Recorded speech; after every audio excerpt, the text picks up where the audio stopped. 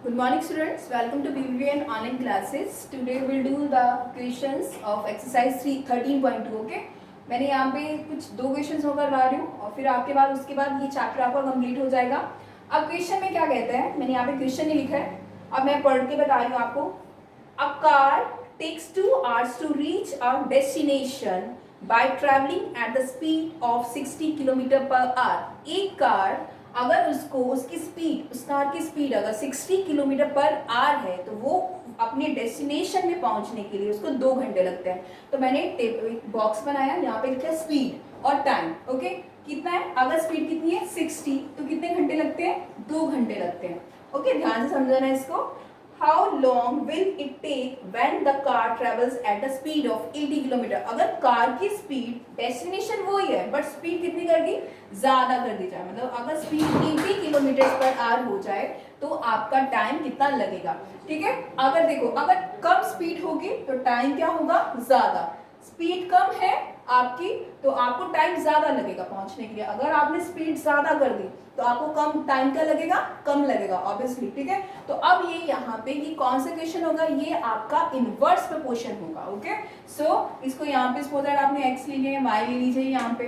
Okay, तो यहाँ पे कितना हुआ, तो आपको ये कौन सा क्वेश्चन हुआ आपका, inverse speed and time are the inverse proportion, दोनों एक दूसरे के इनवर्स प्रोपोर्शन। अगर स्पीड ज्यादा है तो टाइम कम लगेगा, अगर स्पीड कम है तो टाइम ज्यादा लगेगा।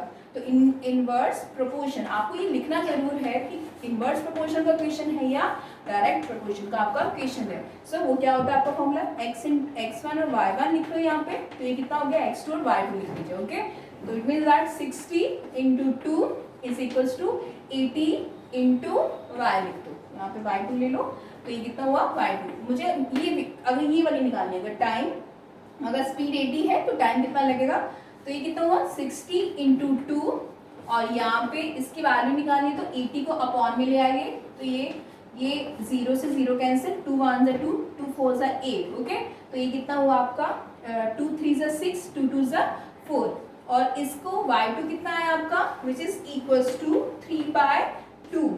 ओके, 3/2 आवर्स हो गए ना यहाँ पे, बट आपको क्या करना है यहाँ पे, इसको आपको किस में चेंज करना है, फ्रैक्शन में चेंज, मिक्स फ्रैक्शन में चेंज करिएगा। अगर इसको आप मिक्स फ्रैक्शन में करेंगे तो कितना होगा 1/2 आवर्स ना, इसका मतलब है कि 1.5 घंटा लगेगा। पहले कितना था, अगर 60 किलोमीटर पर आवर की स्पीड से चल रही थी गाड़ी तो 2 घंटे लगते थे, बट अगर स्पीड उसने बढ़ा दी, डेस्टिनेशन सेम है तो टाइम क्या लगेगा, कम लगेगा, आधा घंटा कम हो गया ना, तो उनको उस डेस्टिनेशन में पहुंचने के लिए कितने घंटे लगेंगे, 1.5 घंटा लगेगा। Okay, now see the next question. अब इसके क्वेश्चन हमें 11th निकालते हैं। ओके, अगर आपको बॉक्स बना के करना है वैसे कर लीजिए, नहीं तो डायरेक्ट करना है जैसे करते हैं हम। अब ये क्वेश्चन है, अ school has 8 periods a day. एक स्कूल में 8 पीरियड्स होते हैं एक दिन में, ईच ऑफ टाइमिंग 45 ड्यूरेशन, मतलब एक जो पीरियड है वो कितना है 45 मिनट्स का है। ओके, तो हमने 8 पीरियड्स है, टोटल 8 पीरियड्स है, तो टाइम ऑफ 1 पीरियड लिख लेते हैं, time duration of 1 period, time duration of 1 period. Okay, so 1 period एक ही निकाल लेते हैं, तो ये कितना हुआ, टाइम ड्यूरेशन ऑफ 1 पीरियड कितना हुआ 45 मिनट्स, मतलब एक पीरियड को तो एक पीरियड 45 मिनट्स का है, तो टोटल तो 8 पीरियड्स है, तो टाइम आप यहाँ पे टाइम ड्यूरेशन ऑफ 8 पीरियड्स, तो 8 पीरियड्स का निकालना हो तो मल्टीप्लाई बाय 45 को मैं 8 से मल्टीप्लाई कर दूंगी, तो ये कितना हुआ 45 into 8। ओके, तो ये कितना हुआ 8 4 40 और ये कितना, तो 360 मिनट्स। ओके, तो अगर मेरे को 8 पीरियड्स हैं टोटल तो 360 मिनट्स लगेंगे। Okay, time duration of 8 periods. अब नेक्स्ट लाइन में क्या कहता है, how long would each period will be if the school has 9 period in a day. पहले तो 8 पीरियड्स थे तो 360 मिनट्स उस स्कूल को चाहिए थे, बट अगर उन्होंने कहा कि उन्होंने 9 पीरियड कर दिए, अगर 8 की जगह 9 पीरियड कर दिए, assuming the number of school hours to the same, तो स्कूल के जो आवर्स है वो सेम होना चाहिए, मतलब ये 360 ही होने चाहिए, इतने मिनट्स तो लगेंगे ही, बट पीरियड बढ़ा दिए गए।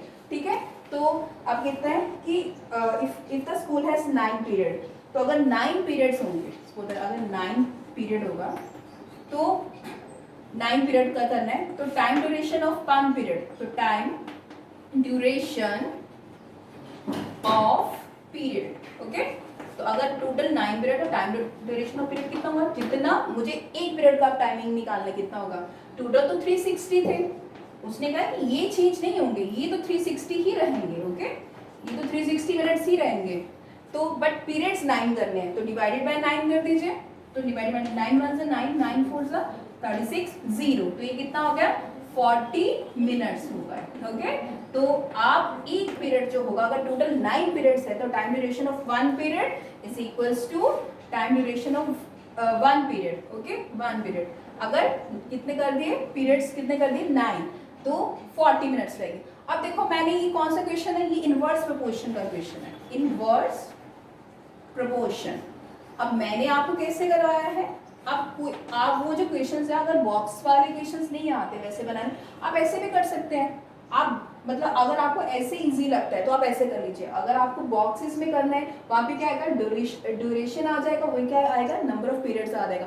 आप ऐसे करोगे तब भी 40 मिनट्स आएगा, अगर आप ऐसे सॉल्व करते हैं तब भी आएगा, ठीक है। मैंने आपको दोनों ही टाइप के क्वेश्चंस करवा दिए, जैसे आपको इजी लगेंगे आप ऐसे करें। अब ये भी जो चैप्टर है 13 चैप्टर, ये भी आपका कंप्लीट होता है। फिर भी अगर आपको कोई भी डाउट रहता है तो आप मेरे से पूछ सकते हैं। हम नेक्स्ट वीडियो में हम नेक्स्ट चैप्टर शुरू करेंगे, okay. Till then thank you.